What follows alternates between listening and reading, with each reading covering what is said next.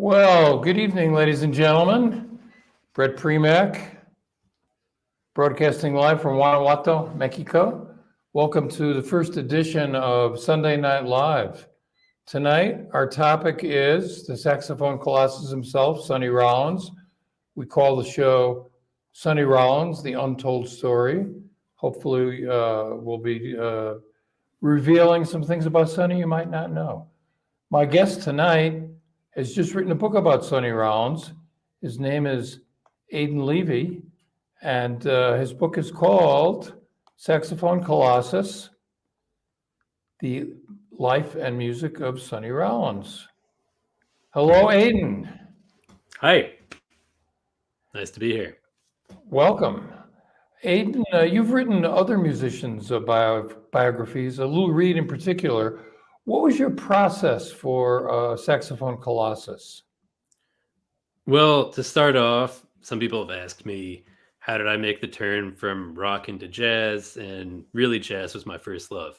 I'm a saxophone player, and I grew up listening to Sonny Rollins starting from a very early age. Saxophone Colossus was the first jazz album I ever bought. But I also love Lou Reed. So for that biography, I also did many interviews and archival research. But for this biography, I can tell you that I did quite a bit more research. I spent about 7 years on this book, interviewed more than 200 people, and I did archival research all over the world. So that included in the Max Roach archive at the Library of Congress in Washington, D.C., and places as far away as Jazz Institute Darmstadt in Germany and the National Library of Norway in Oslo, where there was a fantastic collection of material that really helped with my research on Sonny's connection to the Norwegian jazz presenter Randi Hultin. But in terms of archival research for this book, really the first place and the primary location for all things Sonny Rollins would be Sonny's own archive, which is at the Schomburg Center for Research in Black Culture. And that only became available within the past 5 years. And it's truly staggering. So I would say that the process between those two books was similar.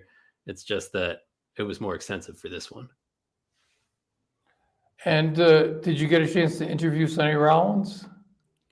I did. So Sonny and I spoke many times over the years, and at first I would fax him questions, and he would respond. And then after I finished the manuscript, we also went through the entire book together. I kind of summarized it. He has both the book and then the early draft, the first draft of the manuscript, which, believe it or not, was about twice as long. I sent it to him in this thick binder, the thickest binder I could find at Office Depot, I think. And so we just went through it with me kind of summarizing every detail that was in the book, and he added things and embellished on certain details. So yes, Sonny and I spoke quite a bit for this book.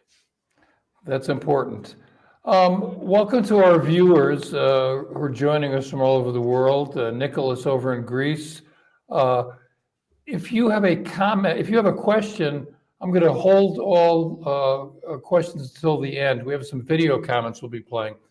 But if you have a comment, did I say that right? If you have a question, it'll show up at the end of the show. If you have a comment, I'll be putting those on the screen as the show goes on.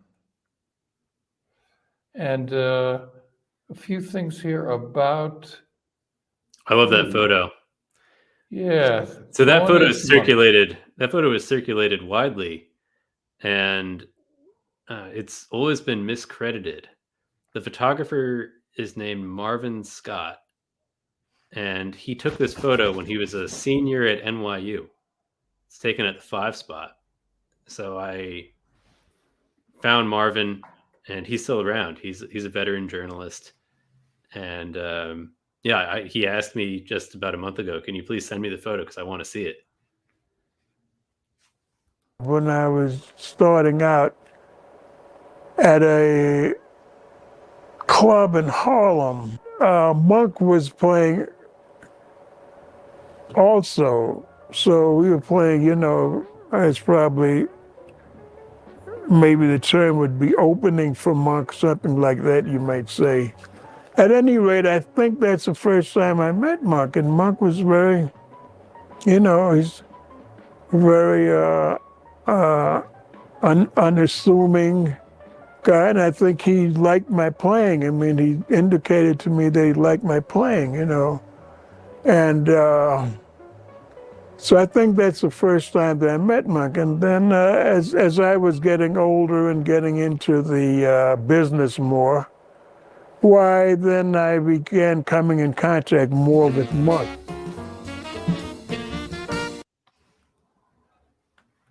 Aidan, how and why was Thelonious Monk such an important influence on Sonny Rollins?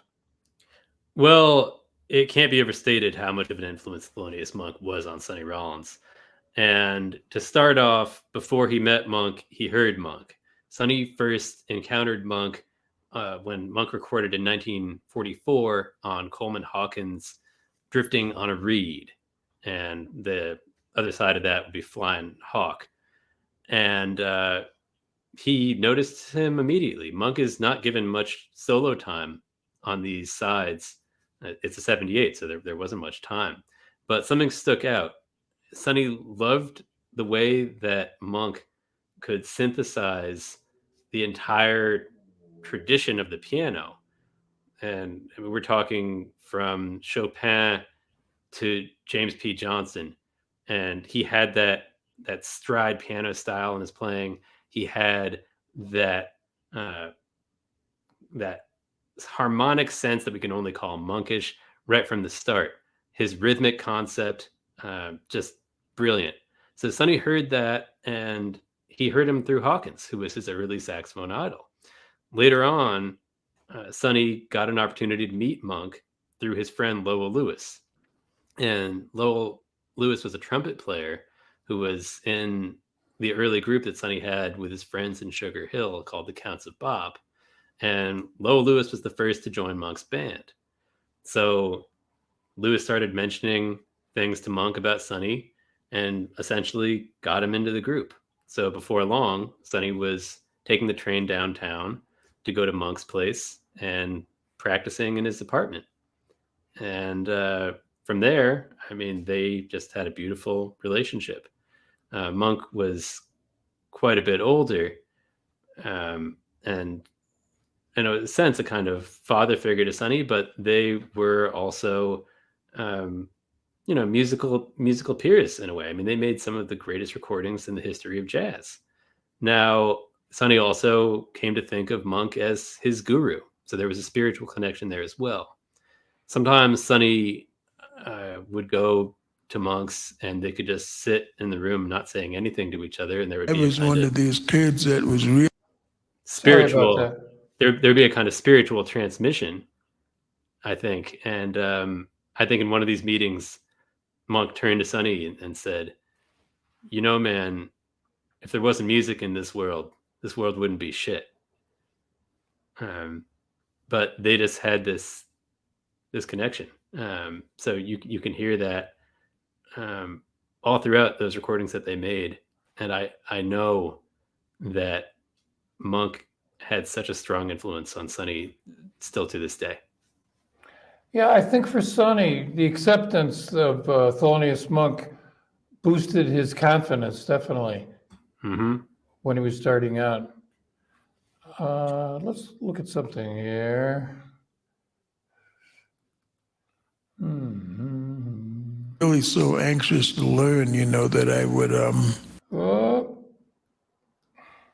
where did it go? Here we go. really so anxious to learn, that I would wake up these musicians, and these guys would be working like till 4 o'clock in the morning, and so maybe got to bed at 6 o'clock, and here I would come after school, knocking on these guys' doors, trying to learn something and all that. So I was a big pest, and I was a pest to Denzel and Eddie Lockjaw Davis. Here's another guy that we really pested, but they were all very generous. Oh yeah, they were all great. Sonny was a teenager when bebop arrived, and with his friends Jackie McLean, Walter Davis Jr., many others, he spent quite a bit of time at Minton's Playhouse. As he mentioned in this video, he was really a pest because he was very anxious to learn, and he went to Bud Powell's apartment repeatedly as well. Aiden, as an obviously talented teenager, what was his process for learning a complex music like bebop? Well, I like to think of Sonny and his friends in that group, the Counts of Bop, as some of the first native speakers of the bebop language. That this was something that came into being and evolved as Sonny was coming up, as he was a teenager, as you said. And they just absorbed this music. I mean, it was like their religion. So they were learning the music as it was coming into being, and they learned how to speak that language. So at first, Sonny was not familiar with Charlie Parker. He was listening to players like Don Byas. And it was actually through Don Byas that Sonny came into contact with the music of Charlie Parker. Don Byas had a record out on How High the Moon. Sonny went to get it because he got everything by Don Byas. Don Byas was a kind of bridge from swing to bop, really. And the B-side of that recording was Charlie Parker's Coco. So that just turned Sonny and everyone who heard it, just turned him on his ear. So that was a major step in Sonny's development of his own bebop language and his own contact with the music. But also through the Apollo Theater, they had bebop acts playing there, and Sonny would always be there every week. So, like I said, they just absorbed this music, and it became a way that they could speak to each other on the bandstand. Well, it was a unique language, one that initially was not accepted in all quarters of jazz. Yet, as young people are more likely to do, sometimes they're willing to accept something that's a little bit different. There were two sides: the beboppers and what were someone dubbed the moldy figs. Mm-hmm. And after a while, of course, bebop became the standard. One thing that Sonny talks about is his admiration for Coleman Hawkins. When Sonny was coming up, Coleman Hawkins lived in Harlem, and he had a certain demeanor that he carried himself, he dressed well, something that Sonny took note of and respected.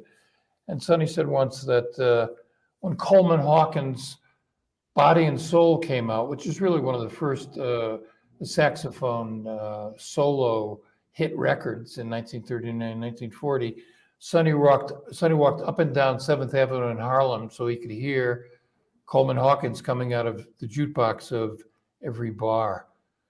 Aiden, who do you think the other tenor players are? You mentioned Don Byas, who influenced Sonny, and how did Sonny develop such a unique sound? So just to start off with Coleman Hawkins, because after Monk, I've got to talk about Hawk. So yeah, that record, Body and Soul, was a hit. I mean, he could hear that on jukeboxes up and down 7th Avenue. And it's really amazing, and many people couldn't understand it because he doesn't play the melody. So this was an early sign and a high watermark for Sonny of how you could navigate harmonic progressions in a singular way, and to do it in a way that was more cerebral maybe than people had done it before. Hawkins had this intellectual approach to the saxophone and to harmony and rhythm that Sonny wanted to emulate, and he did do that. There's another record by Hawkins that I would just mention, which is Picasso, Hawkins' solo saxophone playing. This is another thing that I think inspired Sonny. There are other solo saxophone pieces, but Hawkins had done this, and Sonny wanted to play solo saxophone, and he did. And he made a whole album solo saxophone, and he would do performances. But other tenor players that influenced him, I talked about Don Byas. Don Byas was huge, and Sonny actually had a meeting with Byas when he came to Amsterdam.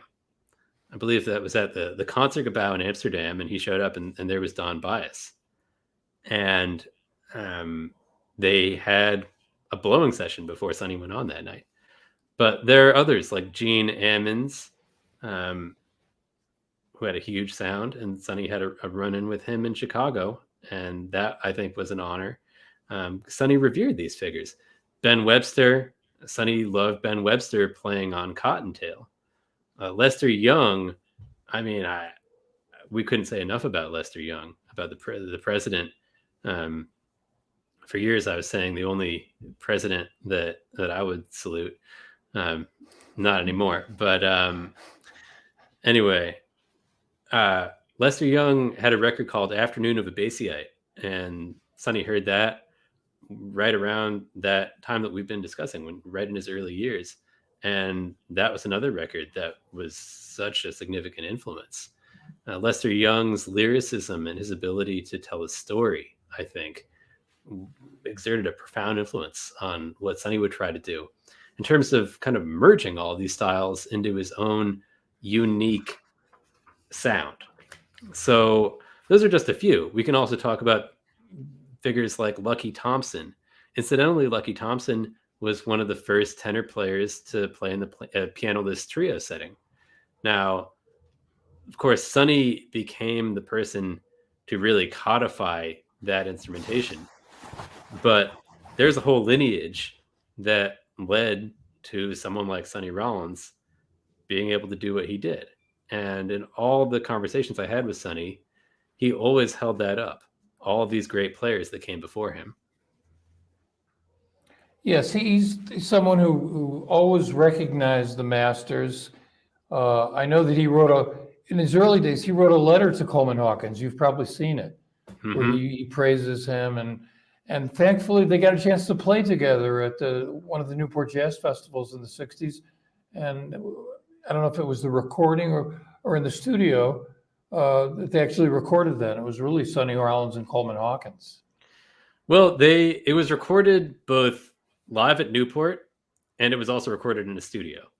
Okay. And the producer was George Avakian, who produced for RCA, and he signed Sonny to this major lucrative contract when he came down from the bridge.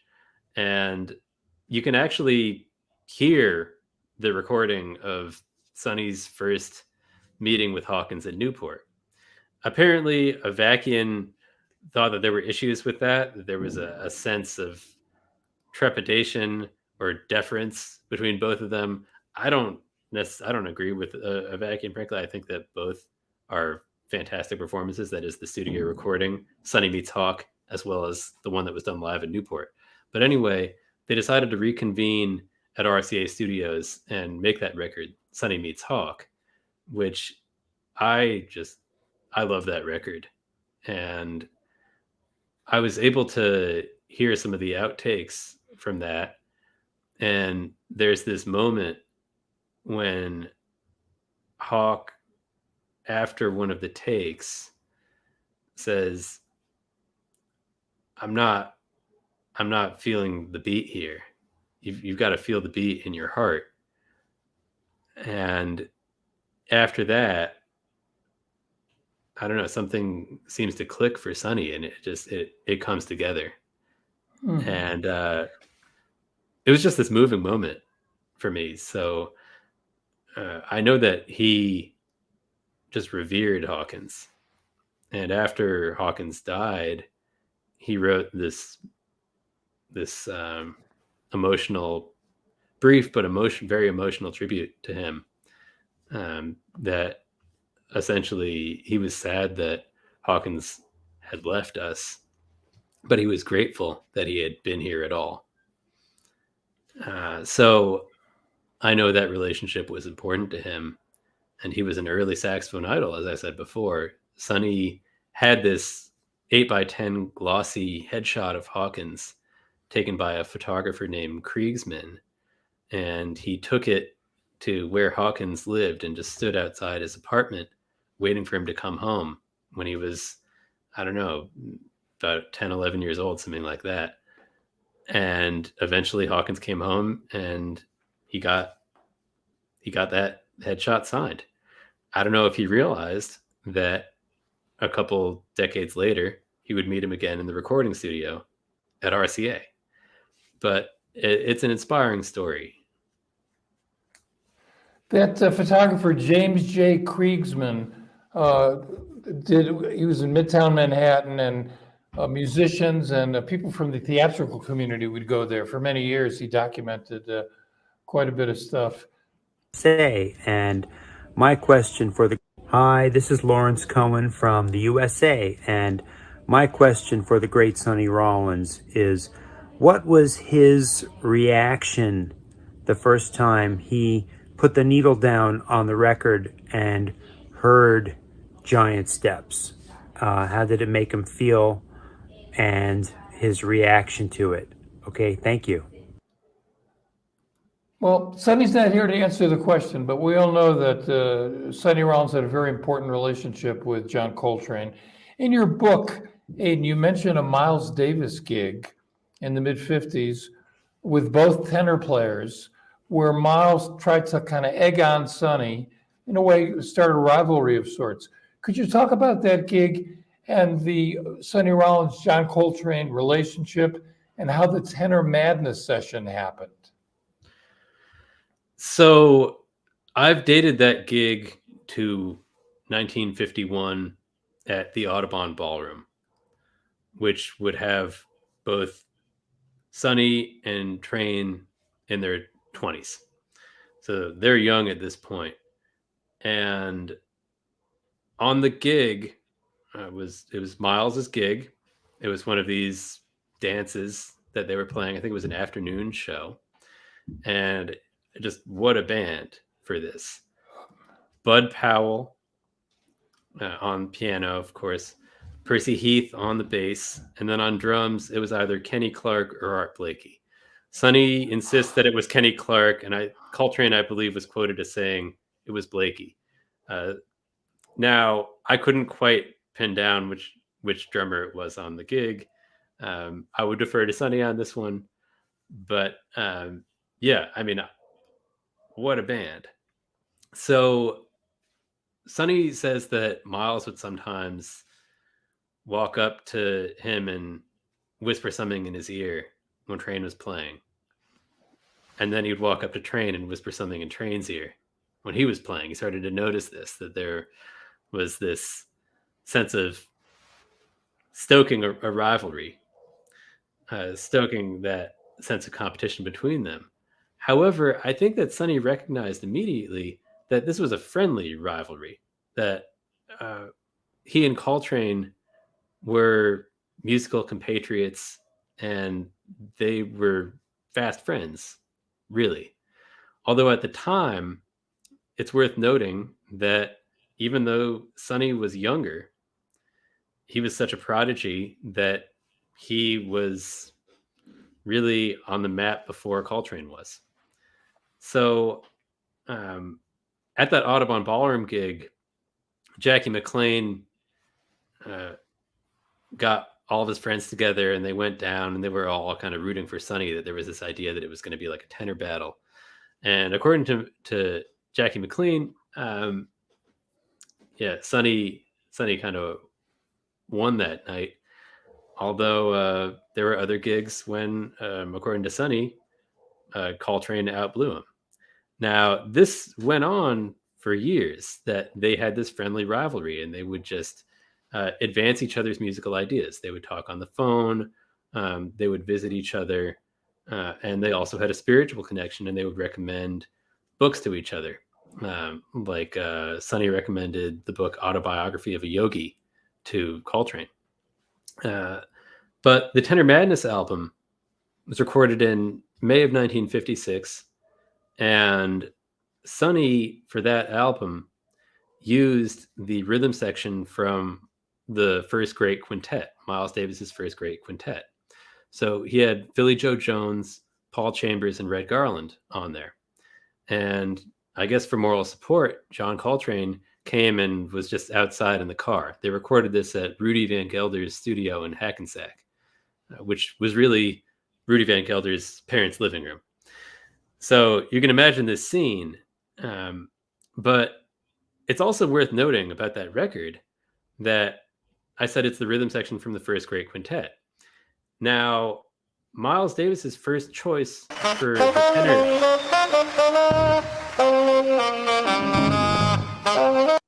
My apologies. No worries. So Miles Davis's first choice for the tenor chair in that quintet was Sonny. And before he even had Sonny in the band, he was quoted in Downbeat as saying Sonny has already accepted the offer. And this was not true at all. Sonny was in Chicago at the time when this quote offer was made, and ultimately turned the offer down and went with the Max Roach Clifford Brown quintet instead. He just felt that it was a better move for him at the time, that they epitomized clean living, and he wasn't so sure that would be the case with the Miles Davis quintet. So Miles got Coltrane. Some people were disappointed at first when they saw Coltrane up there instead of Sonny. Of course, in hindsight, Coltrane's Coltrane. So, I mean, Coltrane is Coltrane. But when that album, Tenor Madness, was made, there is this sense of what that alternate version of the first great quintet might have sounded like. Now, apparently, Coltrane fell asleep in the car out front of Van Gelder's, and somebody had the idea, let's go and get Coltrane and have him play on the session. So Sonny invited him to play on that session, and they decided to play a blues. So what would they play? They played the tune Tenor Madness, which incidentally had been recorded by Kenny Clark as another tune called Rue Chaptal. So it's just this epic blowing session. And some people like to pick which they prefer. I don't view it that way because, like I said, they were musical brothers and they couldn't have been closer. They had a deep musical and spiritual connection. And sometimes people want to pit them against each other. But the idea that there can only be one is, I think, deeply problematic. That why can't we have both? And this is something that I know that Sonny felt. I know that he still feels that, and it's not just both of them too. I mean, it's like I said, the whole lineage. But yes, John Coltrane and Sonny Rollins, musical brothers. Yeah, well, in jazz, there's always been this idea of a cutting contest where particularly tenor players will get up there. And in our culture now, we call it GOAT, who's the greatest of all time. Mm-hmm. And, I produced a webcast in '99 with the Saxophone Summit, which is Michael Brecker, Joe Lovano, and Dave Liebman. And I said to Michael Brecker, I said to Michael, when you get up there in a situation like this, do you feel that you have to play better than Lieb or Joe? He said, no, not at all. He said, this is like a tremendous learning experience. We don't approach it that way at all. Mm-hmm. And of course, some of the great jazz recordings, two tenor players, Johnny Griffin, Eddie Lockshaw Davis, Dexter Gordon, and Gene Ammons. I mean, some great sessions. But our culture, we have to who's better? Who's better? It's really not about that. It's about two musicians really inspiring each other to play better. Yeah, it was really a mutual admiration society. And just to talk about Giant Steps for a moment, I think that Sonny was inspired by Giant Steps. And some people said, oh, Sonny was scared off by Coltrane. That's why he went on the bridge. And that's not true at all. But Sonny was inspired by Giant Steps. And later on, he did play some of the material from Coltrane's repertoire. And you can hear that. Sonny's decision to take up soprano and start playing soprano more was in part inspired by Coltrane.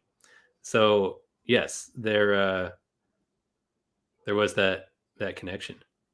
And there was a Kenny Dorham record that Sonny was on.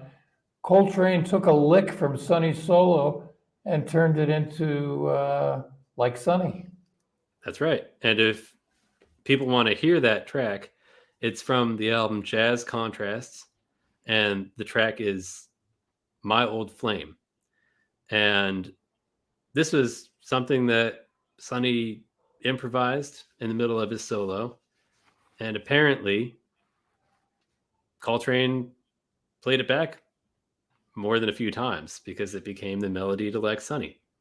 Yeah, I've always loved that song. Okay, here, let's see what's happening.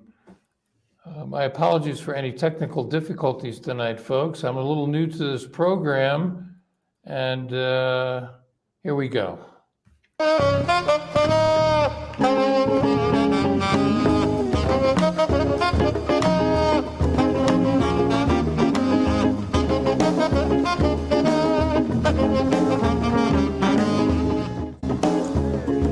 Okay, thank you, ladies and gentlemen. That's our show for tonight. That was Mr. Kamati Denizulu. Kamati Denizulu. How about my man Clifton Anderson on the bone? Clifton Anderson. That was Joe Carcello on the drums. Bob Crenshaw, bass. Bobby Broom, guitar. Yours truly, Sonny Rollins. We'll see you next time around. Cerritos, some kind of toast. Plain white bread, toast, Cerritos. All right, see you later.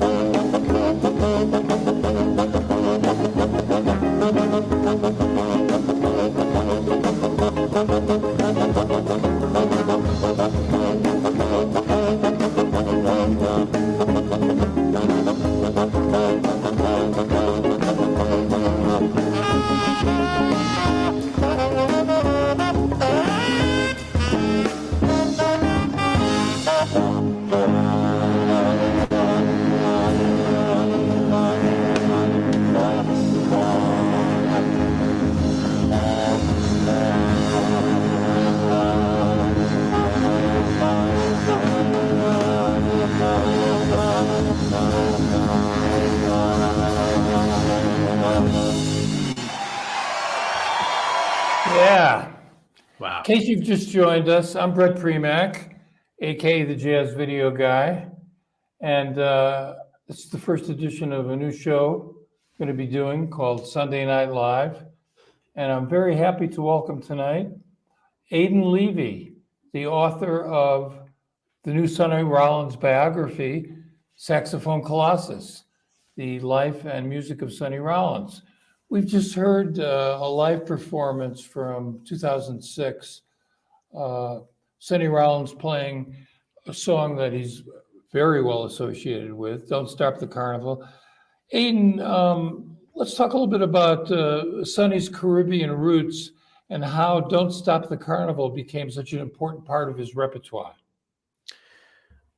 Well, to start off, Sonny was the first person in his family. Am I still here? Yeah. Good. So yeah, to start off, Sonny was the first person in his family who was not born in the West Indies. So he was born in New York. Everyone else in the family was born in the West Indies. And he grew up in a proud West Indian family, and he was steeped in West Indian cultural traditions.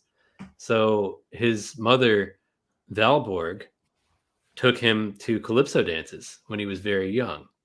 And she would take him to these dances at clubs like the Park Palace or the Renaissance Ballroom. And Sonny became familiar with calypsonians like the Duke of Iron or the Mighty Sparrow. And this was just a part of his cultural heritage. It wasn't something that he integrated into his music until much later. Although he always had that sense of rhythm, he didn't make that bridge until he recorded St. Thomas on saxophone Colossus, which was a tune that he first heard from his mother, that his mother sang to him when he was in his early childhood. So Don't Stop the Carnival is another song in that tradition. And Sonny recorded that on the album What's New after he signed to RCA. And I believe that it was only released on the Japanese version of the album. And it's just great, though, that track, Don't Stop the Carnival. Was that the one with there's like a choir, there's like vocals on there? And there's a choir, and Sonny wrote these special lyrics for it that I found in his archive. And I really wanted to know who were the singers in the choir, because it just was interesting to me. And I found these old log sheets in the archive that just had a first initial and a last name, but the names were fairly common, so it was kind of hard to figure it out. And I just looked deeper and deeper until I found what it was. And it was the music director for this session was a guy named Howard Roberts, who was the music director for Harry Belafonte, who grew up in the same neighborhood as Sonny.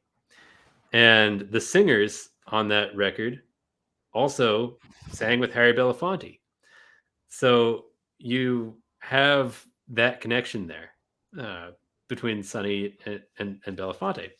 And I just, I love that record. And I think that Don't Stop the Carnival, which became such a theme song for Sonny and something that would end so many of his shows, really reflects just a sense of the life force that is Sonny Rollins and just a continuity of life.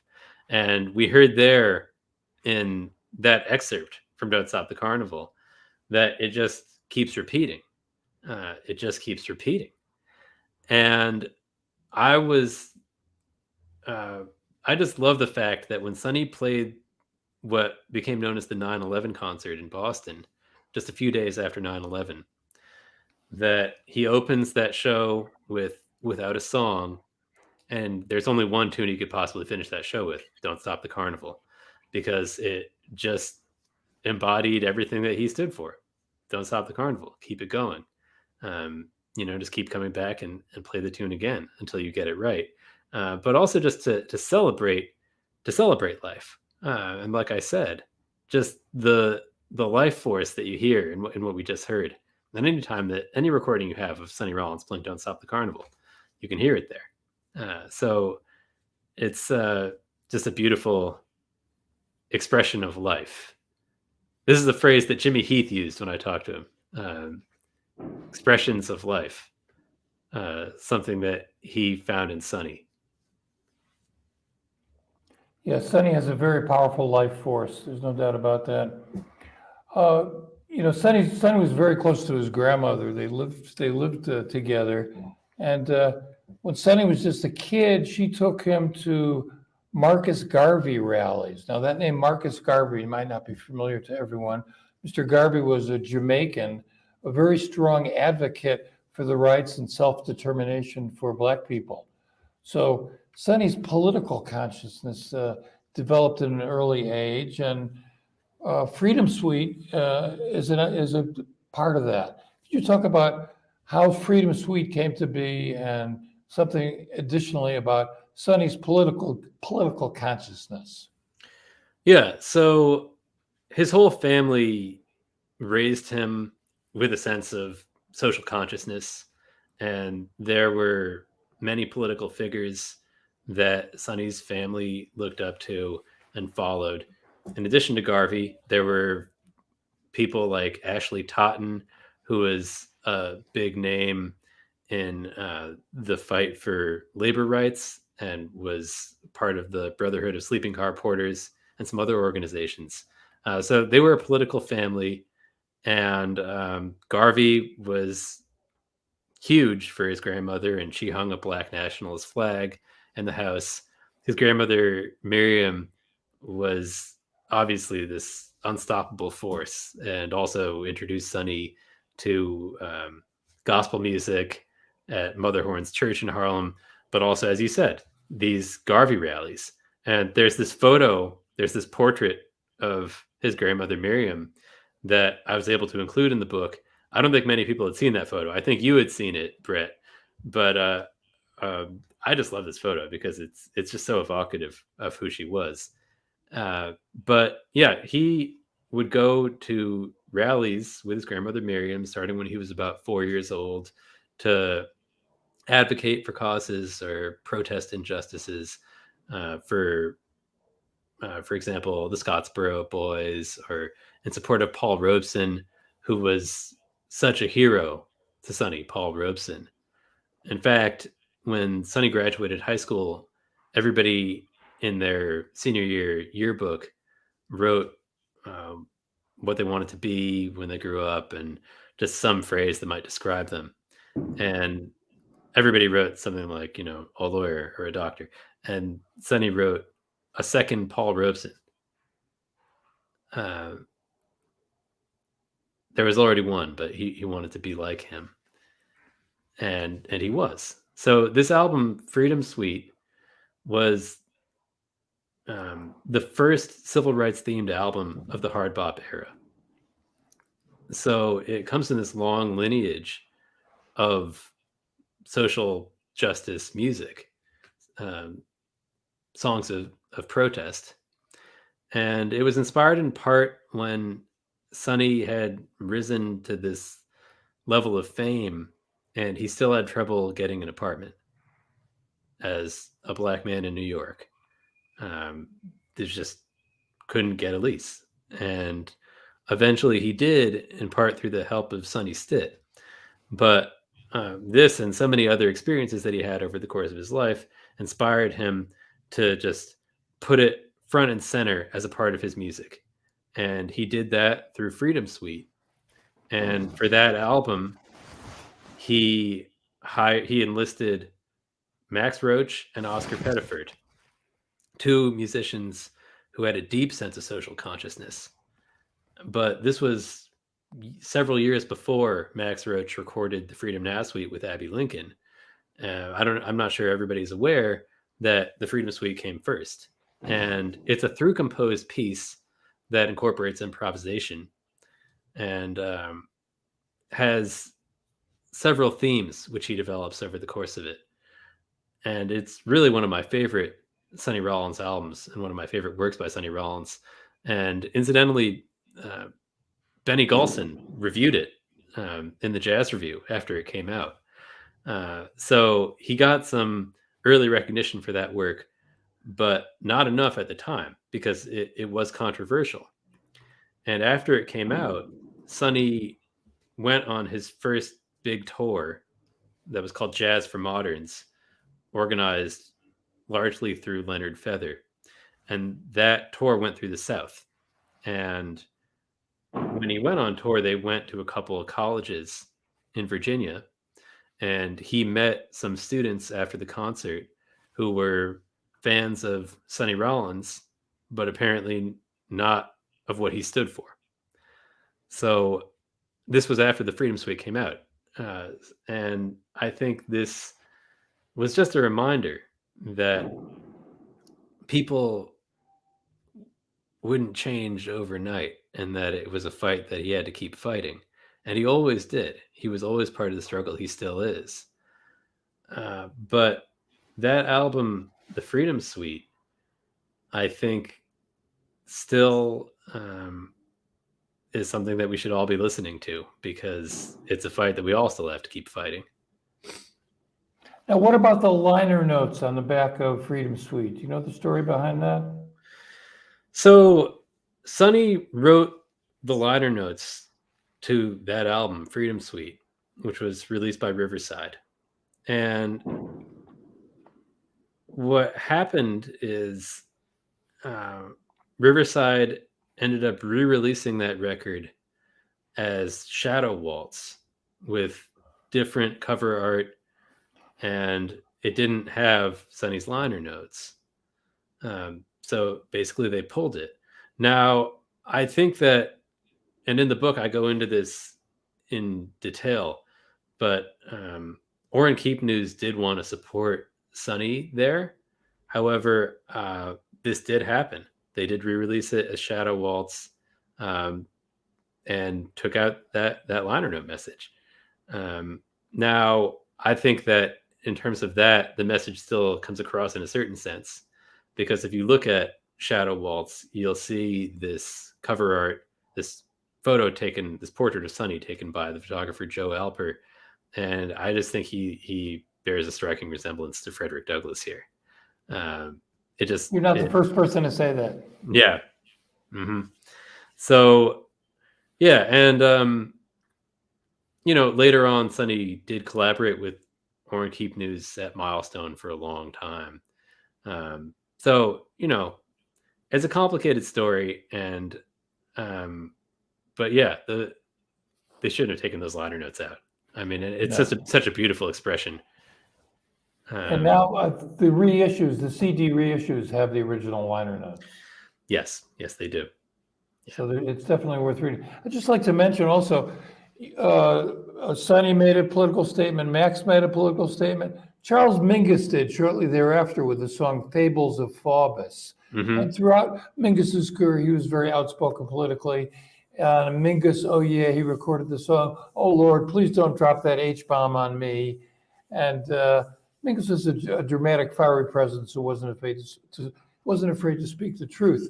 And in recent times, Sonny has not been afraid. In fact, he was one of the first people to come out about global warming back in the 90s. Sonny was talking about it during his concerts, in interviews. A CD was released, Global Warming, as a song called Global Warming. Pardon me. And several of the tunes on the album also have those kind of implications. When you talked to Sonny, what did he have to say about that? Well, firstly, that album Global Warming is another one where he wrote the liner notes, and that's worth seeking out and just seeing what he has to say there. But Sonny was aware of what was going on with the climate right when anybody started becoming aware of it. So he was reading people like Bill McKibben,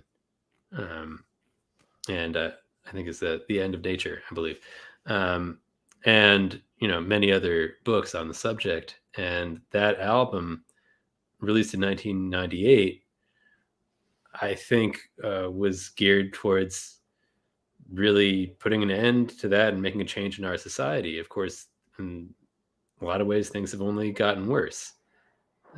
When was it that An Inconvenient Truth came out? I mean, we still haven't woken up here. So Sonny is still speaking out about this. Incidentally, a major source in the book for the section on that album, Global Warming, actually comes from your article about Sonny that was written at that time, Brett, which is just a fantastic piece of writing. I think that was in Jazz Times, maybe Downbeat. Was it Jazz Times? Yeah.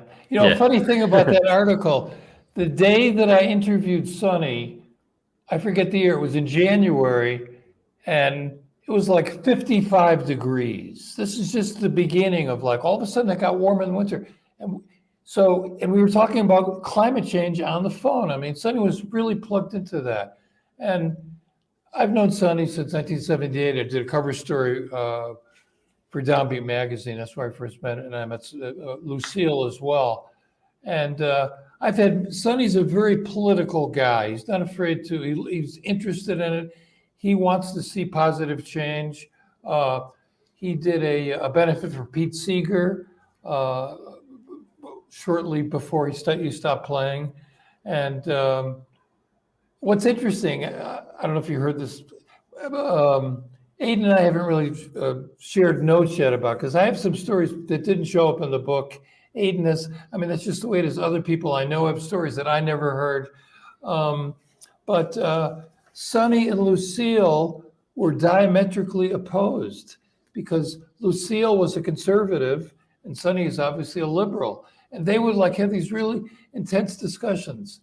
And Peter Downey, who was Sonny's road manager for many years, who passed away, a very, very nice fellow, once remarked to me, said that Sonny and Lucille would have these like really intense discussions, and then I'd see them in the airport. They were holding hands, and Lucille liked to listen to Bob Grant and some of those talk radio right-wing lunatics. Sonny would just go and practice. I mean, but it shows people who differ can get along, unlike the America today, where politically, if you're on one side or the other, you might hate each other.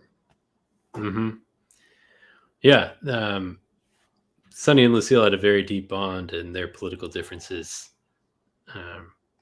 couldn't break that. So I think it really, that is exemplary. I'm not sure how she felt about climate change, but I don't know if we'll be able to hear about that one if they ever talked about the global warming album. But yeah, Sonny still talks about it, and just the idea that we're cutting off the branch that we're sitting on, and he's right. I mean, so he spent so much of his life combating racism, capitalism, classism, and environmental exploitation. It's not just one cause. And I think that he had the idea from W.E.B. Du Bois that any figure, and particularly artists who rose to a level of prominence in our society, had a moral responsibility to speak out against social injustice of any kind. And Sonny took that to heart. So that's why he's still been dedicated to that mission. Absolutely. Aiden, I can't wait to read your book. My question is this: given the extensive research that you've done on Sonny, what do you think he thought his role was as a leading improvising musician in the world? What do you think he thought his role was, and what do you think were his motivations to keep pushing as hard as he did? Thank you so much. Well, thank you for your question. To start off with, Sonny has always been his own worst critic. So he just has something in him that it's never quite as good as it ought to be. And he could always do better. And in a lot of ways, he proved that point. He would oftentimes just do it again, and play this concert, and you thought you'd heard the best Sonny Rollins, and then, I mean, wow. So he just had that drive for self-improvement in him, going all the way back. I think he also had a bit of an inferiority complex when he was much younger, being the youngest in his family, and his siblings were such high achievers. Of course, then he became Sonny Rollins. But his place in the world, and his place as an improvising musician specifically, I think that Sonny has always dedicated himself to advocating for jazz as a positive force in the world. And it's a complicated topic, but I mean, I think he was always about this, even in darker periods when he was coming up. There was always a sense of pride in the music, and eventually, that's why when he stepped away several times, he wanted to go deeper into himself and work on not only his musical voice, but also his spiritual voice, his emotional well-being, his mental health, all of this. And just become a different kind of musician than the public perception seemed to indicate. Many people in the public associated jazz with vice or the kind of underbelly of society or something like that. Now, everyone watching here today knows that that's far from the truth, but there was that perception, especially in the bebop generation when that was a new art form.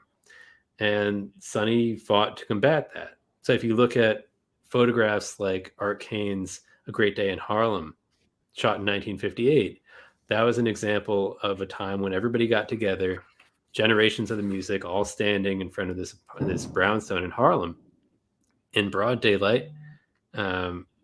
Everybody's dressed to the nines. I mean, just looking terrific.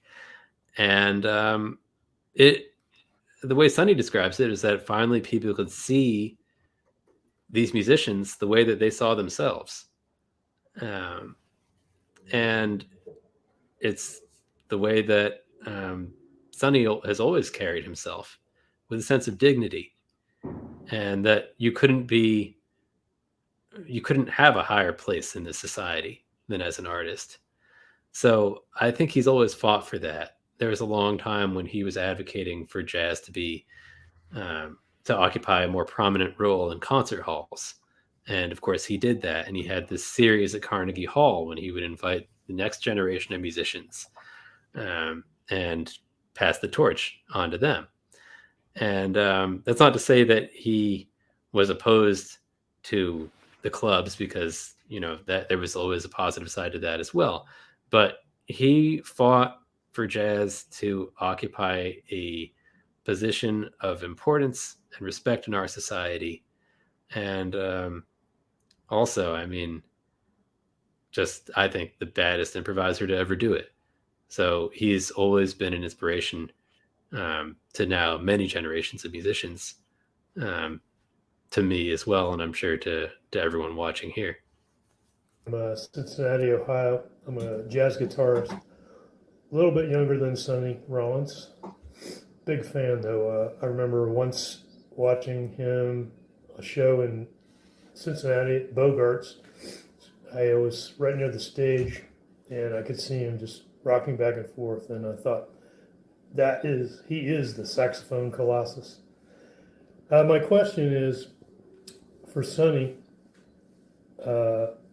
I'm wondering, you know, I know he did the bridge thing, and there was like a hiatus for him, and I just wondered what it was like for him to go out on the bridge, and, you know, what was going through his mind. And I know saxophone players, they make a big sound.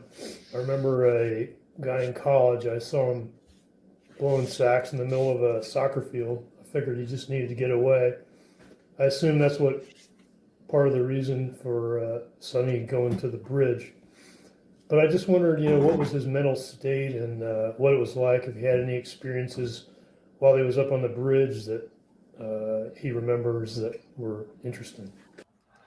Aidan, perhaps you could begin this answer by telling us how and why Sonny ended up on the bridge in the first place.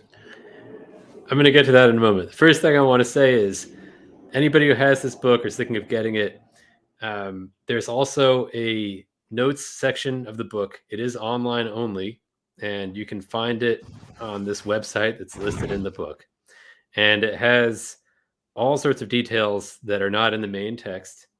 For example, as this question was just being posed, I looked it up here, and it says Sonny played at Bogart's in Cincinnati on May 15th, 1987. So you can get those kind of details. I'm not sure if that sounds like the right date, but it could be the case.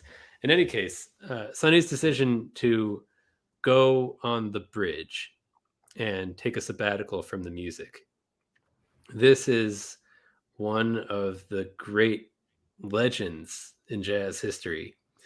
It inspired a character on The Simpsons, Bleeding Gums Murphy. And many people talk about Sonny blowing on the Brooklyn Bridge or the George Washington Bridge. First thing I want to say is, It's the Williamsburg Bridge. There was this advertisement. There was this TV commercial shot for Pioneer Electronics in 1977, and they decided to shoot it on the Brooklyn Bridge. But the bridge where Sonny practiced was the Williamsburg Bridge. And incidentally, he did also practice on the Brooklyn Bridge occasionally, but really the bridge where he did, I think probably about 99% of it, was the Williamsburg Bridge.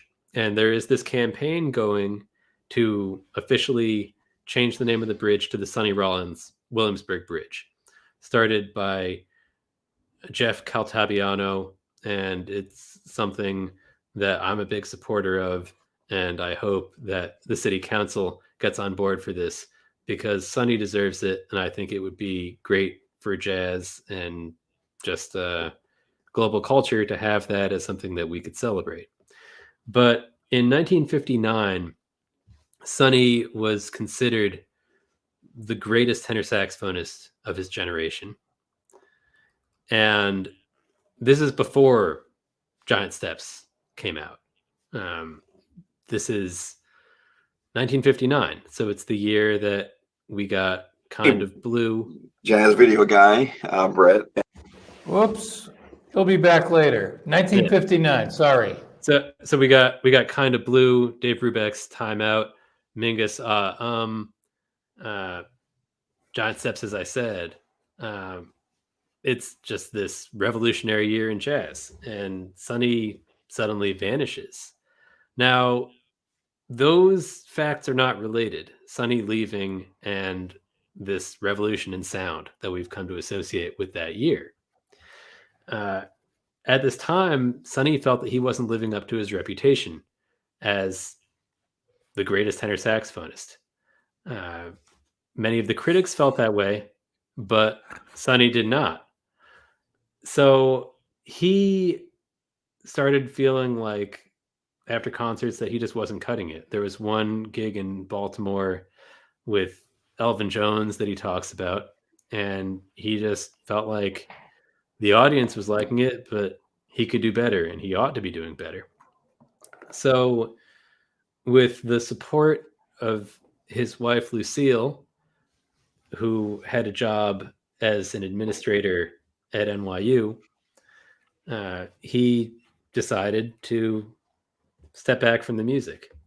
And in this pre-digital era, people could disappear.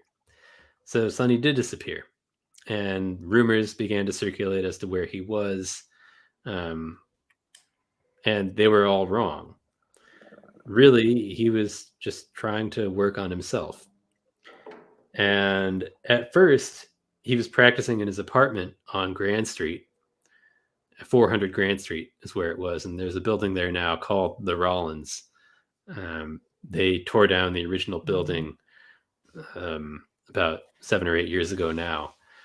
But his neighbor was pregnant, and he felt he was causing a disturbance by practicing at all hours, which is the problem that anybody who plays a wind instrument will be familiar with, is that it's loud, and people sometimes get bothered if you're playing in the middle of the night.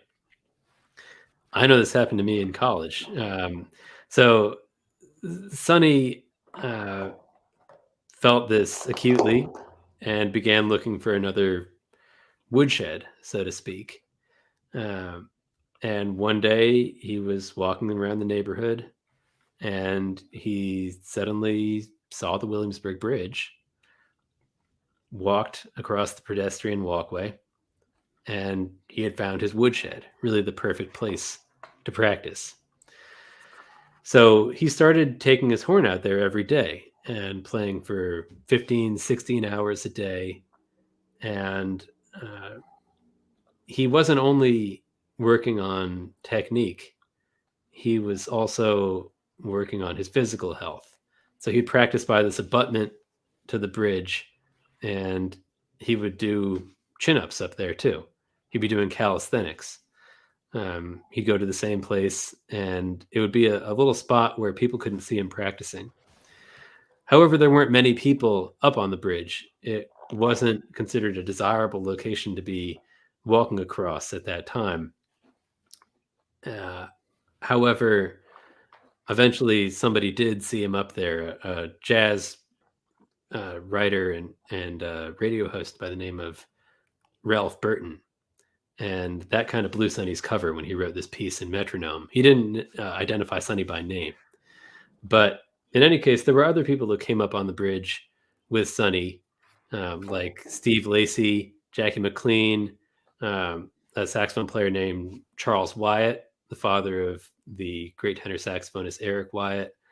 So he wasn't alone up there. And just one detail I'll share that came up recently with Sonny, and this is also in the book, is he said, you know, I couldn't piss on the bridge. That would be like pissing in church. So if Sonny was out there, and it takes a long time to get all the way out there, and he had to relieve himself, he would have to walk all the way back, and then he'd make his way back out there. But he was really out there kind of like the postal service, you know, rain, sleet, or snow. I mean, maybe not every day, but sometimes it would get cold out there, and Sonny would be out there. That was his woodshed. I can't think of a better place to work on your sound. We talked earlier about how did he develop his sound. One key place where he developed his sound was on the Williamsburg Bridge, competing with passing subway trains. And that's something that Steve Lacy talked about, is that when he first went out there with Sonny, he couldn't compete. He could barely hear himself. He could hear Sonny, but he couldn't hear himself. And when Sonny came down from the bridge in the fall of 1961, his sound was even bigger than it had ever been. You know, I think Stanley Crouch described it as Sonny Rollins had a sound that could blow through a wall. So yeah, that's a little bit about what went on up there on the Williamsburg Bridge. I go into a lot more in the book, but yeah, it's an inspiring story. What about the second sabbatical? I know he spent some time in India at an ashram. He was practicing yoga. How long did the second sabbatical last, and what was the impetus for that? Yeah, the second sabbatical. So Sonny became known for taking these sabbaticals. He had no compunction about stepping away from the scene if he felt the time was right to do that.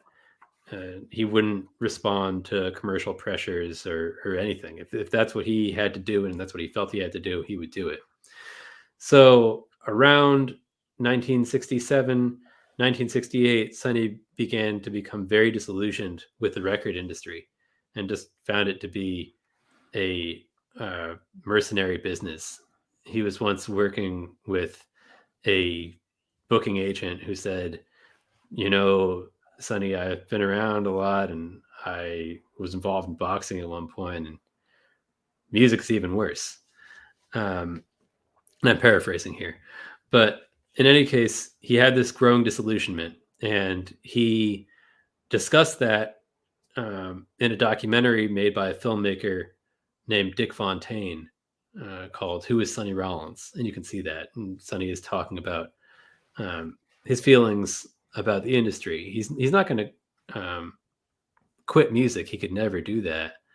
But he's not interested in being a part of this business anymore. And he became focused on the idea of going to India and going deeper into his spiritual development. So he left New York with nothing but his horn and took a flight to Mumbai, Bombay at the time. And he, I believe, had an idea of going to like Rishikesh, something like that. This is around the time that the Beatles were going there as well. And I go into that in the book a little bit. But he met somebody on the plane who said, you know, you really don't need to go that far. You don't even need to go that far from the airport. There's a great ashram, and I think you should go there. It's called Chinmayananda. So Sonny made his way there, and he found out about the Swami at this ashram, the Chinmaya mission, and it still exists. And when he arrived, Chinmayananda was not there, but there was another Swami there by the name of Parthasarathi. And I interviewed Parthasarathi for this book, and he's still alive. He's still alive, actually. And he just painted this dramatic scene of what happened, and he remembered the dialogue that they had. And he basically said that apparently Sonny said, can you teach me? Can you teach me this? And Parthasarathi said, I can teach you this, but it's not going to be a week or 2 weeks. You're going to have to stay here for at least a few months. So he committed to it, and he was there for about 4.5 months. And he also participated in a study group with some students, and I was able to interview one of his fellow students in that class who's also still alive, and talked about how introspective and inquisitive Sonny was, and just how serious he was about learning these teachings and just immersing himself in Vedanta. And he's still reading Indian philosophy. And I know that that's true. So this was extremely important to his spiritual development and his spiritual beliefs. He also spent time in Japan, and he studied and worked with a yoga master there by the name of Masahiro Oki. And they were very close to each other. And Chinmayananda, as well as Oki, Sonny helped them out when they would tour in the United States. And, there was another sabbatical after that when Sonny mentored some figures, notably David S. Ware as one. So there's that connection there as well. But yes, his time in India was extremely significant. And I go into that in the book quite a bit. It's something that I know he carries with him to this day. Yeah, when I played solo. Big in India, when I played solo. When I was studying yoga, and I did a performance with, actually it was solo, but then there was also a fellow, an Indian fellow that played the Nagwasaram, which was a big oboe. And we played a little together, and then I played solo. I also played solo at the Greek Theater in Berkeley, California. And then I also played solo at the Museum of Modern Art. So I have, it's quite, well, how could I say? Playing by yourself is hard for many reasons, but playing a wind instrument is physically challenging, you see. And so I had to really be strong physically, and of course, always mentally. You play solo. How does that differ from when you're just at home practicing? It doesn't differ. It doesn't differ. When I'm at home practicing, it's the same thing. When I'm playing out in public, it's wonderful because then the people are there and they sort of inspire me and take it to another level. But it's the same process when I'm here at home practicing. It's the same thing, really. I'm thinking and getting into my subconscious. And that's what it's about. When I'm practicing at home, I'm practicing so that I can get into my subconscious when I'm performing for people. But the process of playing, improvising, you're always in your subconscious. You're always going towards your subconscious. That's where you want to be at. That's the music you want to create. Sonny Rollins is noted for his extended solo cadenzas, sometimes entire concerts. He did a concert at the Museum of Metropolitan Art, solo saxophone. As a saxophone player, I'm sure you would agree that that's not an easy thing to do physically. And number two, creatively, to create a continuous stream of ideas that flow together organically, incredible. Absolutely. And just to tie this back to India, when Sonny was in India, the Swami there, Parthasarathi, took the group to see Bismillah Khan. And this was inspiring to Sonny. And also being in India inspired him to continue developing the circular breathing technique that incidentally he learned from another saxophone player named Kermit Scott. But playing solo and circular breathing kind of went hand in hand because the physical demands on a wind player, if you have nobody backing you at all, might require immense breath support and breath control. And it's something that we heard on Don't Stop the Carnival. Many times when Sonny would play Don't Stop the Carnival, it would end on one very long note. Sonny doesn't hold the record for longest note played. I mean, that's kind of a ludicrous idea, but he could have held it if he wanted to.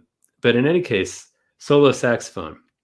In 1958, Nat Hentoff interviewed Sonny, and he said, one of my goals is to perform solo saxophone and to be like the Andre Segovia of the saxophone. And he did this briefly on, I believe, It Could Happen to You. But he wanted to be able to do it as a full performance. And in all the interviews I did, the most notable performance where he played solo saxophone is one that we don't have a recording of. And he mentioned it in that interview just now at the Greek Theater at the Berkeley Jazz Festival in 1969. We have photos of this performance, but no recording that has surfaced. And anybody who was there was just, their minds were blown by this. I think it was it Leonard Feather? But anyway, any critic who wrote about this just said Sonny Rollins really just blew everyone away here. And this was the same time that if you saw Summer of Soul, that was being done. This was in Berkeley, and it was kind of leading up to the Pan-African Congress as well. But you can see this photo of Sonny holding the stage at this concert. And I know that the pianist Michael Wolff was there, who went on to play with Sonny for an extended period.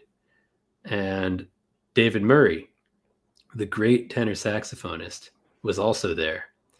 And he was a teenager at the time. And he was an alto player.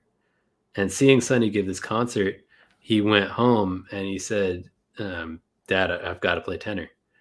So that's how David Murray started playing tenor saxophone. But yes, solo playing. He did the solo album, which I know Sonny has his own criticisms of that and feels that it could have been better. And he was having dental problems at the time. I really like that album. And I just think that the way he transitions from abstract expression to recognizable song forms is kind of mind-blowing. And there's this moment on that when he starts playing the song Stuffy, and you can hear everyone in the audience just electrified by this. And you can imagine Sonny bobbing and weaving through the sculptures. I love it, and I think that what he could do with solo saxophone is a standard that I think any saxophone player could strive to reach at one point, but few ever would. So anyway, Aiden, you wrote a biography of Lou Reed, and we have a comment here that every time I saw Sonny in New York City, Lou Reed was always there. Didn't matter where. Was Lou Reed a jazz fan? Lou Reed was absolutely a jazz fan, and the major connection between Lou Reed and Sonny Rollins would be Don Cherry. They both collaborated with Don Cherry. Lou Reed on his album The Bells, but they also performed live together quite a bit. And Sonny, of course, with Our Man in Jazz, and they toured together. It was just a fruitful collaboration. So they both had that respect for what Don Cherry was doing. Now, Lou Reed also loved Ornette Coleman, and he was in college at Syracuse. He was one of the editors of and founders of a literary journal that was called The Lonely Woman Quarterly, which was named after the Ornette Coleman song. Lou Reed had a radio show at Syracuse called Excursions on a Wobbly Rail, named for a Cecil Taylor tune from his album Looking Ahead. And apparently Lou Reed was a huge Sonny Rollins fan, because when the Velvet Underground Reunion album came out, I know that Lou Reed skipped a lot of that release party to catch Sonny Rollins at Carnegie Hall. I know this from the great presenter from New Audiences, Julie Loken, because he was sitting right next to him. So, yeah, Lou Reed was there. Lou Reed was a big Sonny fan and a big jazz fan in general. Also a collaborator with John Zorn, incidentally. Yeah. Here's a comment from Barney Lessing. I think Sonny was one of the first beboppers of that era who never played in a big band. I'd like to know more about that. Now, Sonny recorded an album, Sonny with the Big Brass, and also Oliver Nelson's charts for a big band were part of the soundtrack that Sonny did for Alfie. But during that big band era, did he ever play with a big band? He did briefly. He never recorded with one, but he definitely did do some rehearsing with. Well, he played in this band with that actually had Kareem Abdul-Jabbar's father in it, Lou Alcindor Sr. That was led by a guy named George Hall at the Taft Hotel, I believe it was, that they played. And Sonny would sit in with them sometimes to work on his big band playing. I think I mentioned Ben Webster playing on Cottontail. Sonny worshipped Duke Ellington. There's a part of the book where Sonny goes on a date. He takes a date to see Duke Ellington perform on a cruise around New York. And the whole time, all he can talk about is how great Ellington is. Even though at this time, he was a world-renowned musician. He's always just praising others, but he loved Ellington. And he did have that brief time rehearsing with the George Hall band. But yes, he never recorded with a big band. And the only example we have of what that really might have sounded like, only examples I should say, would be Sonny Rollins and the Big Brass, and also the Alfie the Alfie album that was later arranged and recorded separately from that studio orchestra, which was done in England.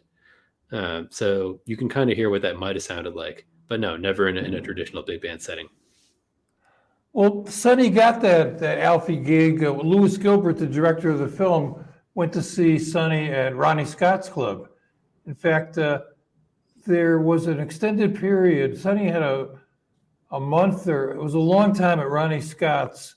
There was a bootleg recording of it released a couple of years ago with an English rhythm section that included the English bassist Rick Laird, who not long after that played with the Mahavishnu Orchestra, and interestingly, the Buddy Rich Big Band. But Louis Gilbert directed the film, like Sonny's playing, and that's how Sonny ended up on the soundtrack to that film. We're coming to the end of the journey here, folks. This was really supposed to be an hour.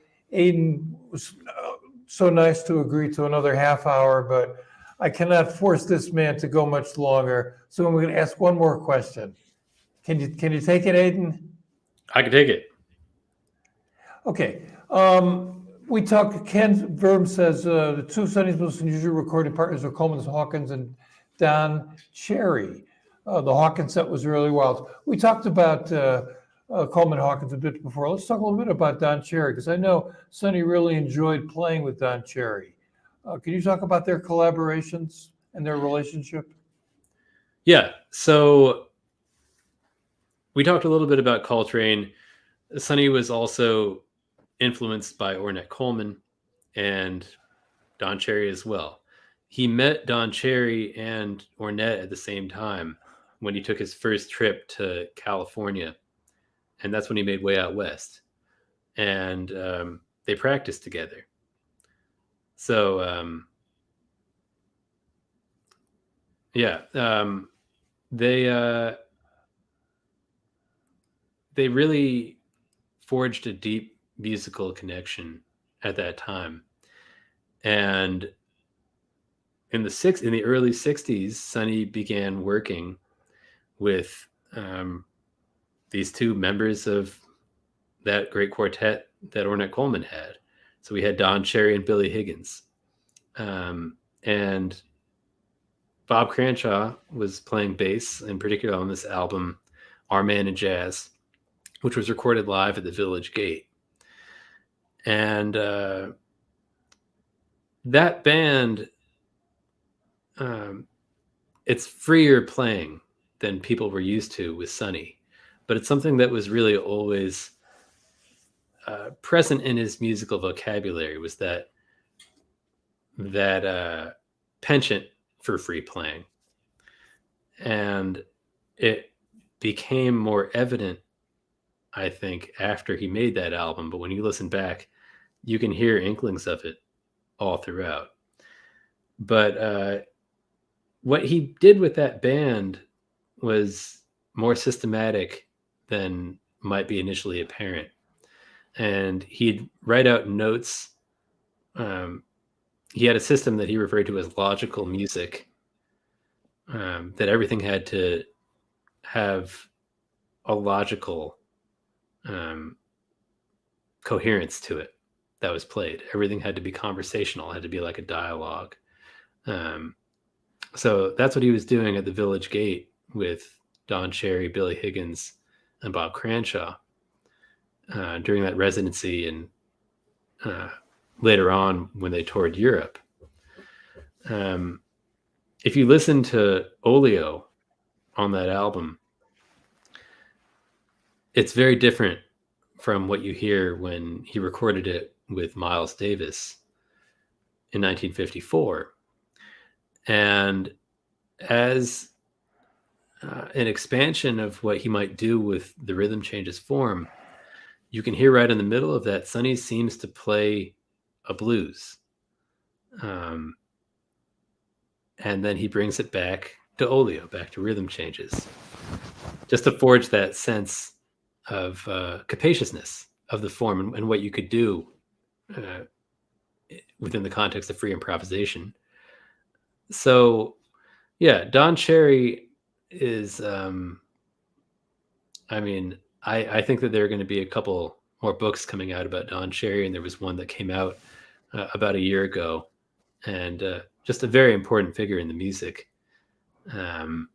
So I know that connection was very important to Sonny, and I always love listening to his collaboration with Don Cherry. There's a version of the material that they recorded at the Village Gate that's more extensive than what could fit on that one LP, Our Man in Jazz. And I hope that gets commercially released one day, because it's just some of the most incredible music I've ever heard. Yeah, I've heard that as well, and I'm surprised. I don't know who has the RCA warehouse right now, which Sony or Universal or whatever, and why that actually hasn't been released, because it's a historical recording. Now, the rest of the band that is Cranshaw and Billy Higgins. Mm-hmm. Unbelievable. Cranshaw played with Sonny Rollins for more than 50 years. That's a whole other show. He was an amazing guy, amazing bass player, wonderful person. I really miss Bob Cranshaw. He and Sonny played together. Anyway, Aidan, thank you so much for taking the time to do this. We've been getting some nice response here. People want to plan on picking up a copy of the book, Saxophone Colossus. It's available at your local bookstore if you have one. Online, it's available at, of course, Amazon. It's available as the print version. They'll send you a book. Amazon's very reliable. They do deliver. And Kindle version as well. Any plans to do an audio book? Not currently, but I hope that there will be an audiobook one day. Okay. Aidan Levy, thank you for being on the show, and thank you for spending 7 years of your life doing the research to write this kind of book.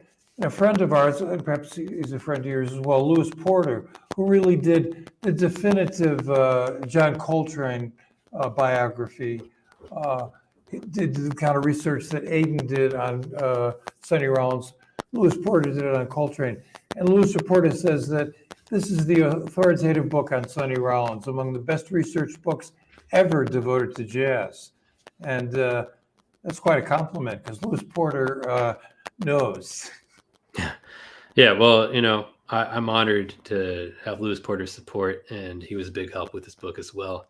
I also just want to say that I can't think of a better way to spend 7 years of my life. I know it's a biblical time period, 7 years, but I began this book during the Obama administration, and it just came out.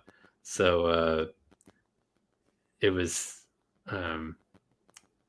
kind of a refreshing sometimes way to spend those years, was that I could be immersed in the world of Sonny Rollins instead of always the world that we were living in during that period. So, yeah. Well, it's wonderful for you to put together a book that has the kind of detail that it has, so we can get immersed in the world of Sonny Rollins ourselves. Sonny Rollins is a complicated fellow. He's had an incredible life. His journey has been remarkable when you consider that, like so many other jazz musicians during the bebop era, he fell prey to the addiction of heroin. He overcame that. That was in the early 50s. In the 90s, he's at the White House with President Obama receiving the National Arts Award. And that is an incredible journey. When people say, well, Sonny Rollins is an incredible musician, perhaps our greatest improviser, but look what this man has done with his life. Incredible. Okay, Aidan, thanks a billion, and maybe we'll do this again sometime. Hope so. Thanks for having me.